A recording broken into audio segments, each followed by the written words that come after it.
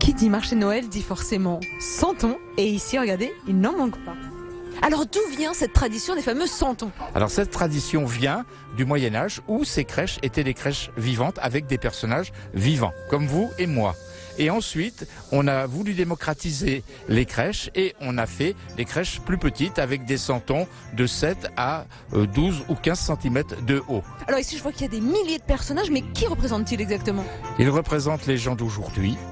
Il y a des gens qui représentent la loi, il y a des bergers, il y a des cuisiniers, des musiciens, des écoliers également. Oui, mais attendez, je vois pas de journaliste là, je Mais comprends à l'époque, il n'y avait pas de journalistes. Enfin, pas sous cette forme. pas. Non, mais au 21e siècle, vous allez changer vos habitudes et vous me faites tout de suite une journaliste en santon Si pour cela Noël. peut vous plaire, il n'y a pas de problème.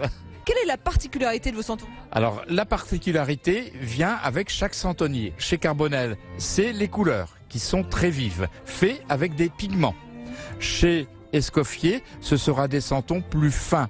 Chez Artera, ce sera des santons qui sont plus fluides, qui ont plus de mouvement. Le mois de décembre rime bien sûr avec les fameux pulls de Noël. Et croyez-moi ici, il y a des collectors. Dites-moi, j'en ai jamais mis de ma vie, j'en ai pas dans mon armoire. Lequel me recommandez-vous? Je vous recommande le pingouin avec son bonnet de reine, Rudolph, le chef des reines du Père Noël. Mais cette fameuse tradition des pulls de Noël, est-ce qu'on la doit à Bridget Jones? On la doit aux Anglais qui organisaient traditionnellement des concours de pulls de Noël dans les entreprises, mais même dans les familles, pour éviter d'être guindés au repas. Et ben tout le monde mettait son pull de Noël et ça permettait d'être tous sur le même piédestal. Et le trait d'union, c'est la joie. Ici, nous sommes par exemple à la Défense. Il y a énormément d'entreprises. Les entreprises font leur journée pull de Noël.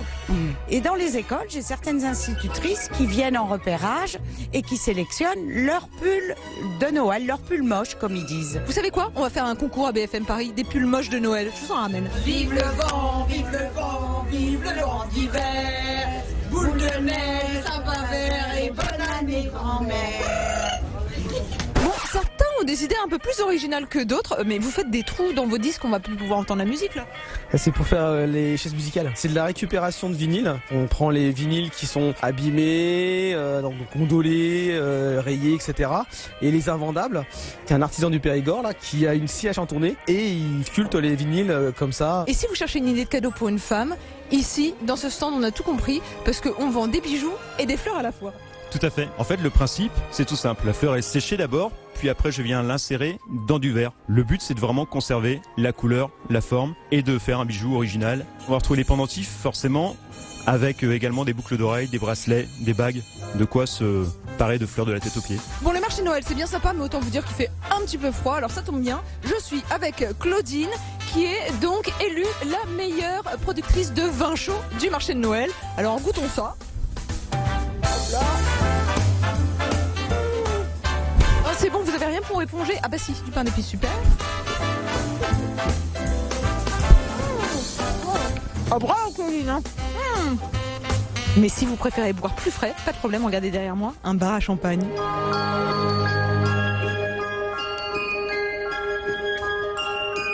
Oh là là, plutôt alléchant. Là, j'arrive devant une proposition de 3 champagnes différents. Alors ici on propose toute une série de champagnes avec notamment un brut, un rosé et un champagne blanc de blanc 100% chardonnay. Est-ce que c'est fait exprès d'être comme dans une bulle pour filer la métaphore de la bulle de champagne? Tout à fait, et voilà, et le concept il s'appelle justement la bulle éphémère, avec ce dôme, avec ces bulles de champagne, voilà l'idée. Bon écoutez, moi je sais pas ce que ça vaut exactement, mieux vaut tout goûter. Santé! Santé! Mais attendez, qui dit champagne dit forcément huîtres. Venez, j'ai un bon plan, suivez-moi. Bienvenue à l'Octopus, un bar à huîtres, rien que pour moi. Comment vous les aimez les huîtres? Grosse et bonne. Grosse et bonne. Je vous laisse la déguster. Nature. J'ai l'océan dans la bouche là. C'est hyper salé quand même. Pas d'affinage, on est sur une huître qui vient de pleine mer. Traditionnellement on fait de l'affinage sur le bassin de Marraine, en clair. Là, rien du tout, donc on est sur un produit vif. Est-ce que la taille a un impact sur le goût? La taille a un impact sur le goût et les accompagnements également. Le premier exhausteur de goût dans les huîtres, c'est le poivre. Le vinaigre d'échalote ou le citron apporte du goût. Le poivre remonte les sucres de l'huître et l'huître casse le piquant du poivre. Et je vous laisse déguster. Mais vous avez mis tout le poivrier là? Non, heures, vous pouvez y aller. Il y aura Ça fait aucun beaucoup de poivre. Allez, allons-y. Ah ouais, c'est pas mal. C'est pas piquant du tout. Ah, c'est clair, j'ai plus du tout. J'avais l'impression d'avoir plein de sel dans la bouche la première fois. Et là, c'est presque doux alors qu'on a du poivre. C'est curieux. Oh. Tu vas pouvoir aller faire du sport maintenant. Du sport? Regarde par là-bas. Non! Une piste de curling! Mais c'est incroyable! Si je gagne, est-ce que t'es prêt à m'offrir mon point en 8? On fait comme ça. D'accord, battle, c'est parti! C'est parti!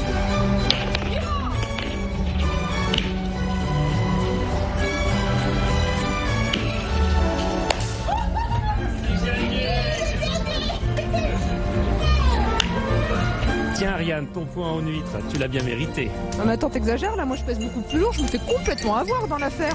Bon allez, peu importe, je vais me réchauffer un petit peu au coin de ce feu. Et demain, je vous retrouve pour vous montrer combien ce marché de Noël de la Défense est international. Et nous créerons ensemble une petite boule de Noël, pas comme les autres. À demain.